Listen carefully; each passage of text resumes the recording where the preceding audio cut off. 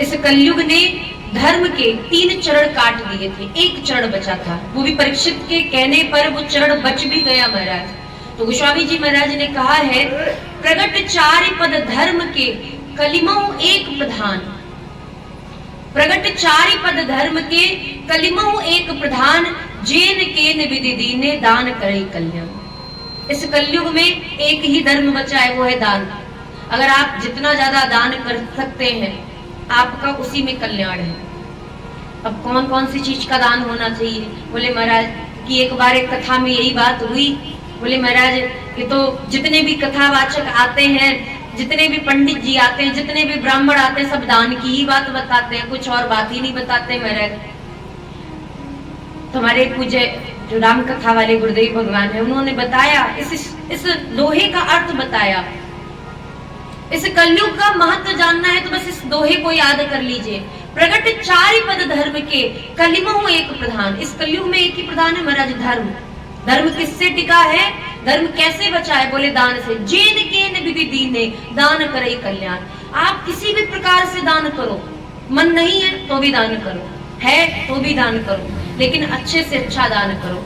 आप देखते होंगे यज्ञ कहीं होता होगा तो पंडित जी बार बार कहते होंगे दक्षिणा चढ़ाइए, दक्षिणा चढ़ाइए, ये दान कीजिए, वो दान कीजिए, संकल्प कीजिए।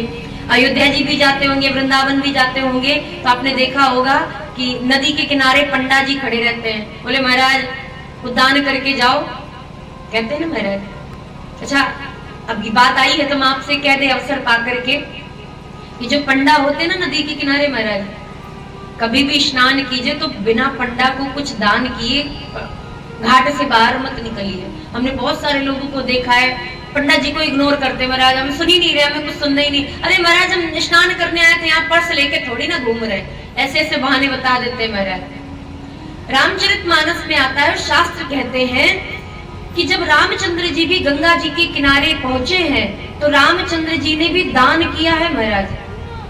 और शास्त्र कहते हैं कि आप किसी भी नदी में स्नान करते हैं, जिस नदी के घाट पर पंडा हो उसी घाट पे स्नान कीजिएगा, नहीं तो मत कीजिएगा महाराज। जिस घाट पर पंडा बैठे हो उसी घाट पर स्नान करने योग्य शास्त्र कहते हैं कि आप तभी स्नान कर सकते हैं जब घाट पे पंडा हो। और अगर घाट पे आपको पंडा नहीं दिख रहे तो आप बिल्कुल भी स्नान मत कीजिए। और जब घाट पर स्नान कर लीजिए तो पंडा को 5 रुपए 10 रुपए अन्नदान जो भी हो सके दान करके जरूर आइए। बहुत बड़ा महत्व है महाराज। जितना एक ब्राह्मण को भोजन कराने पर फल मिलता है उससे कई गुना ज्यादा फल पंडा को दान करने से मिलता है। और वो जो पंडा बैठे ना महाराज, आपसे 5 रुपए 10 रुपए कह रहे कुछ चढ़ा के जाइए, ना तो उनसे उनका घर भर जाएगा ना आपका कुछ कम हो जाएगा, लेकिन पुण्य बहुत मिलेगा क्योंकि ये शास्त्र सम्मत बात है। तो ये पंडा है, वैदिक है, ब्राह्मण है, पंडित जी हैं, यज्ञाचार्य हैं, वक्ता हैं, सब दान करने के लिए कहते हैं। दान जरूरी नहीं है कि आप धन का दान करें, आप अन्न का दान करें, आप श्रम का दान करें, आप सेवा का दान करें, आप बुद्धि का दान करें, आप शिक्षा का दान करें, किसी भी प्रकार से दान करें, किसी भी वस्तु का दान कर सकते हैं। और ये भी नहीं महाराज, हमने देखा भी है कि जब किसी के घर में सत्यनारायण भगवान की कथा होती है तो माताएं क्या करती हैं, बोले पति देव को फोन कर दिया आते समय केला ले आना। बोले क्यों? बोले वो पंडित वो सत्यनारायण भगवान की कथा और वहां चढ़ाना। अच्छा पूजा वाले केला? लो महाराज केला भी अलग होते हैं क्या? वैरायटी वैरायटी आता है। पूजा वाले केला, अच्छा ठीक है ले आएंगे। कोई वस्त्र चढ़ाना हो, अच्छा चढ़ाना है क्या? तो दुकान पे जाके बोलेंगे महाराज वो कथा में चढ़ाने के लिए या कथा के पीछे पर्दा लगाने के लिए पूजा वाला कपड़ा दे दो। वो अलग वैरायटी हो चुकी है, अब उसकी कैटेगरी ही अलग हो गई है। तो ध्यान रखिएगा, जो आप दान देते हैं वही आपको ऊपर भी मिलता है। बहुत सारे लोगों को हमने देखा है गाय का दान करते हैं लोग, पहले भी करते थे, आज तो बहुत कम हो गया है। देसी गाय कोई लेता नहीं है महाराज, देसी गाय का कोई दान भी नहीं करना चाहता। पहले देसी ही गाय दान की जाती थी। तो लोग क्या करते थे, बूढ़ी गाय का दान करते थे। कभी नहीं करना चाहिए। बूढ़ी गाय का दान आप करते हैं तो पुण्य की जगह आपको पाप लग जाएगा महाराज। बोले दान तो दान और गाय का दान कैसे पाप लगेगा?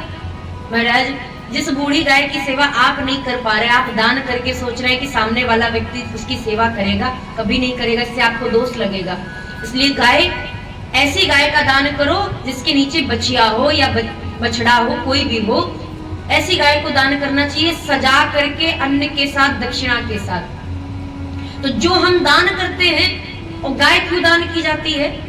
वैतरणी नदी जब हम नर्क जाते हैं, सभी जाते हैं, सबको जाना है, कहीं ना कहीं हमसे पाप तो हुए ही है।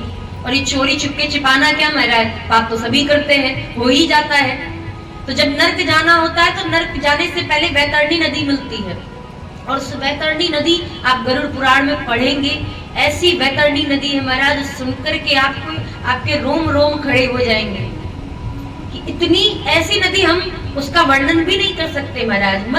मल विष्ठा से भरी हुई बड़ी गंदी नदी है महाराज, और उस नदी को जल्दी कोई पार भी नहीं कर पाता है। इसलिए उस नदी को पार करने के दो ही रास्ते हैं, या तो आप सोने की नाव दान करें। तो आप कहेंगे सोने की नाव तो हमसे हो नहीं पाएगी। जरूरी नहीं है सोने की नाव इतनी बड़ी हो, इतनी भी हो सकती, इतनी भी हो सकती है।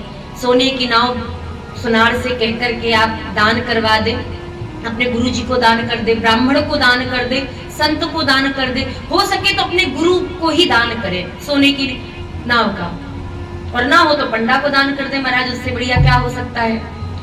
अगर सोने की नाव आप दान नहीं कर पा रहे हैं तो आप गाय दान करें, देसी गाय हो, अच्छी गाय हो, देसी, जो दूध देती हो बढ़िया महाराज, जिसको लेकर के व्यक्ति प्रसन्न हो जाए, ब्राह्मण देव प्रसन्न हो जाए, ऐसी गाय का दान कीजिए। दो ही मार्ग है वैतरणी नदी से पार होने के, तो दान करते रहिए। इस कलयुग में सिर्फ और सिर्फ दान ही विशेष है धर्म का। अगर आप धर्म करना चाहते हैं तो आप दान कीजिए, दान भी ऐसा हो जो किसी के उपयोग में आ सके, ऐसा नहीं जो हमारे काम में नहीं, वही उठा करके दान कर दो, बिल्कुल नहीं। तो दान के अलावा व्यक्ति दान करना नहीं चाहता, भजन उससे होता नहीं है, मन उसका लगता नहीं है, बैठ वो सकता नहीं है, तो करेगा क्या महाराज। इसलिए सबसे सरल साधन है दान करने का। दान करो, छुट्टी पाओ, भूल जाओ। लोग दान करके बड़ा गाना गा देते हैं, तीर्थ करके आते हैं, तीर्थ करके आएंगे तो भी गाना गाएंगे, पूरे गांव में बताएंगे हम तो 4 धाम होके आए हैं, हम तो बद्रीनाथ होके आए हैं। तो एक निवेदन और करेंगे हम आपसे कि कभी भी अगर आप तीर्थ करके आते हैं, कोई पुण्य करके आते हैं, कोई दान करके आते हैं, कभी किसी को मत बताइए। अगर आप कोई व्रत रह रहे तो भी मत बताइए।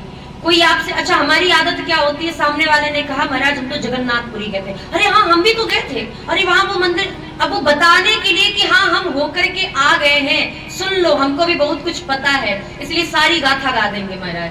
हाँ इस ट्रेन से गए थे, इस तारीख को गए थे, 2-4 दिन रहे, फिर आए, सारी कथा बता देंगे कि हाँ हम भी जगन्नाथपुरी होके आए हैं। आप जितना बताएंगे आपके पुण्य खत्म होते जाएंगे। और इसीलिए शायद आज लोगों के चेहरे पर तीर्थ करने के बाद, तीर्थ जब करके आते तो चेहरे पे चमक नहीं रह जाती है। पहले के जो लोग जब तीर्थ करके 4 धाम यात्रा करके आते थे तो गांव के लोग उनके चरण पखारते थे, चेहरे पर चमक होता था। क्यों? क्योंकि भाई 4 धाम की यात्रा से आए हैं, अरे चेहरे पर चमक, वो जो चमक होती थी चेहरे पर, वो पुण्य का प्रताप होता था कि हाँ इतने पुण्य किए हमने, और मन में ये भावना है कि हम तो बस भगवान की कृपा से 4 धाम करके आए। आजकल लोग 4 धाम करते हैं तो ऐसा लगता है कि हम भगवान के ऊपर कृपा कर दिए कि हम 4 धाम होके आ गए। तो 4 धाम या कोई भी यात्रा आप करके आते, कोई भी किसी भी प्रकार का पुण्य कभी मत कहिए, किसी से मत कहिए, क्योंकि आप जितना कहेंगे, धन अगर आपने बता दिया कि इस तिजोरी में, इस कमरे में रखा है, तो वो चोरी हो जाना है महाराज। ऐसे ही हमारे जो पुण्य हैं, अगर हमने अपने मुख से बता दिए या किसी और से बता दिए तो महाराज वो सारे के सारे पुण्य खत्म हो जाएंगे उसी क्षण। तो ये दान आप कीजिए, दान करने के बाद भूल जाइए कि हमने कभी कुछ दान किया भी था, हमको तो याद भी नहीं कि हमने कब क्या दान किया था, ऐसा भाव होना चाहिए।